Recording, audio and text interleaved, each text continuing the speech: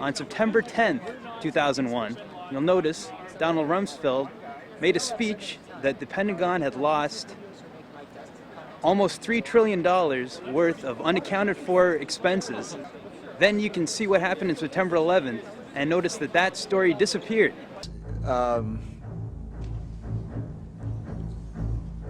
was going to say terrifying.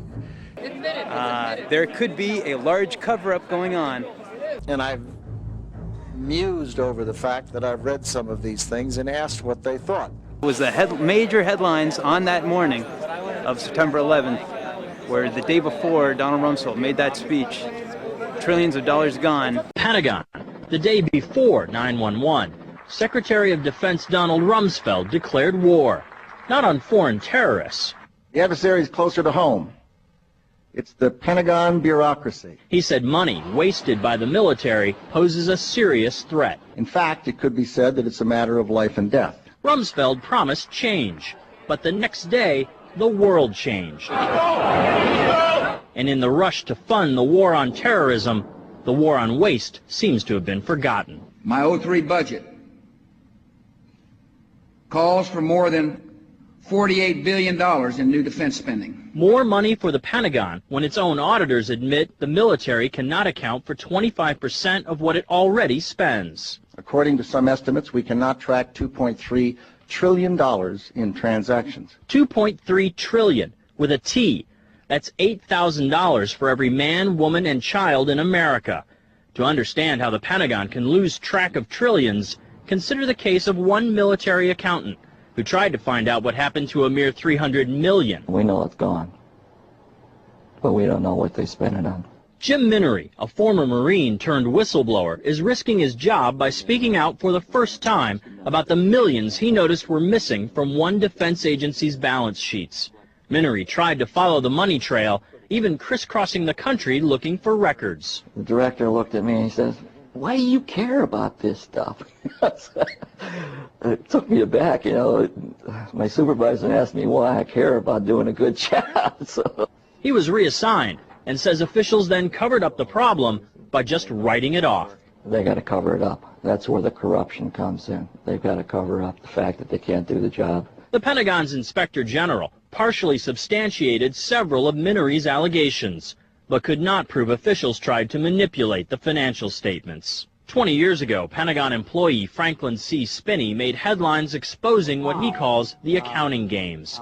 He's still there, and although he does not speak for the Pentagon, he believes the problem has gotten worse. Those numbers are pie in the sky. The books are cooked routinely year after year after year. Retired Vice Admiral Jack Shanahan commanded the Navy's Second Fleet the first time Donald Rumsfeld served as Defense Secretary. With good financial oversight, we could find $48 billion in loose change in that building without having to hit the taxpayer. In the 2.5 minutes since this report began, the Pentagon has spent nearly $2 million, and it may never know where 25% of those tax dollars went.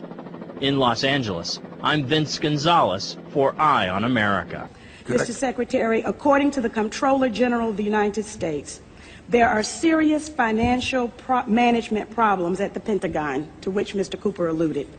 Fiscal year 1999, $2.3 trillion missing.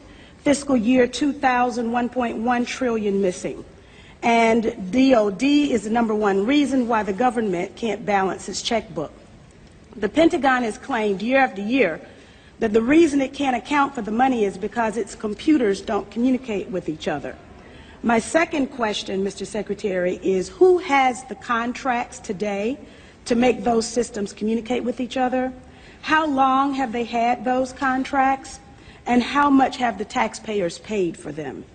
Finally, Mr. Secretary, after the last hearing, I thought that my office was promised a written response to my question regarding the 4 war games on September 11th. I have not yet received that response, but would like for you to respond to the questions that I've put to you today, and then I do expect the written response to my previous question, hopefully by the end of the week. Thank you, Representative. The second question,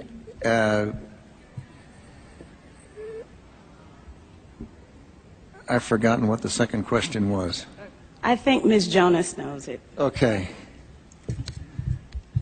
Thank you, Ms. McKinney. I appreciate the question. I appreciate your interest in our department's financial condition, and we are working very hard on that program. I've just come back recently. I understand that you're working hard on it, but my question was, who has the contract? How long have they had that contract, and how much money have we spent on it? In general, we spend about $20 billion in the Department on Information Technology Systems.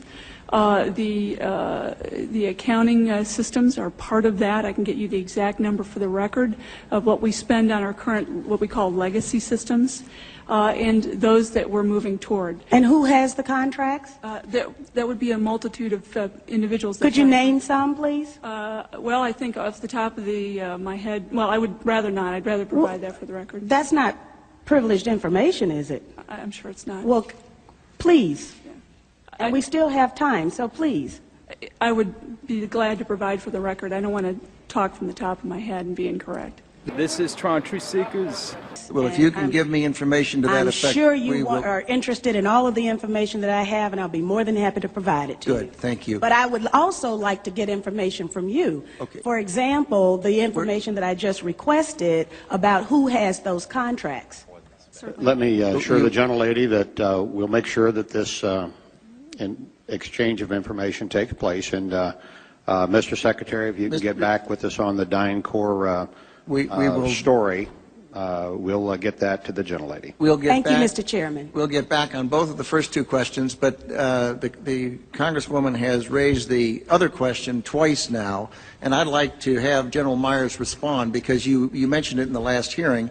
And I think it would be helpful to get the answer, even though we're on red, if you don't mind, Mr. Chairman. General Myers, go right ahead. But I would like to have the answer in writing as well, as I thought my office was promised. Okay, I don't know about the promise, Congresswoman, but could you repeat the question to make sure I'm answering the right question? This is 9/11 question.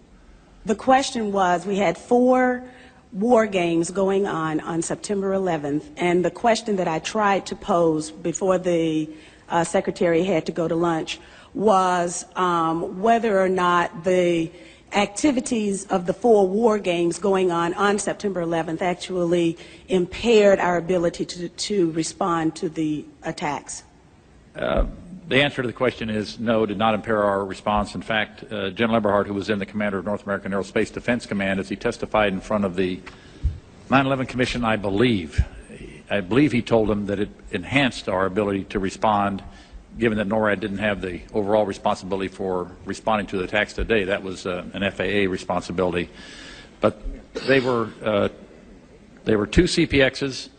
There was 1 Department of Justice exercise that didn't have anything to do with the other 3. And there was an actual operation ongoing because there was some Russian bomber activity up near Alaska. So let me ask you this then. Who was in charge of managing those war games? And General, why don't you give the best answer you can here in a short period of time, and we'll. The gentlelady wants to get a written answer anyway, and then we can move on to other folks. The important thing to realize is North American Aerospace Defense Command was responsible. These are command post exercises. What that means is all the battle positions that are normally not filled are indeed filled. So it was an easy transition from an exercise into a real-world situation. It actually enhanced the response. Otherwise, it would take somewhere between 30 minutes and a couple of hours to fill those positions, those battle spaces, with the right staff officers. Mr. Chairman, begging your indulgence, was September 11th declared a National Security Special Event Day? I'd have to look back. I do not know. You mean after the fact or before the No, because of the activities going on that had been scheduled at the United Nations that day. I'd have to go back and check. Don't know. Thank you. Okay. I thank the gentlelady. The chair would ask that there are known knowns. There are things we know that we know. There are known unknowns. That is to say, there are things that we now know we don't know. But there are also unknown unknowns. There are things we do not know. We don't know. It takes incredible conspiracies with hundreds of people who would have had to be involved. People would have had to have been rubbed out without a trace. People would have had to blow up buildings without any evidence. You know, don't you see this as a bit paranoid? Okay. Hey, Donald, did you ever find that $2.3 trillion that you talked about the day before 9/11? Did you ever find it? It was always there, and what the problem was tracking it through the system. So when I arrived in the Pentagon and they told me that they can't track $2.3 billion that had been accumulated over the period before I got there, it turns out that there was not a legal problem or a loss. It was a matter of the complexity of the systems and tracking it all the way through. Major headlines on that morning of September 11th. The day before, Donald Rumsfeld made that speech, trillions of dollars gone, and you can look up why we might think that there could be some illegitimacy to that situation.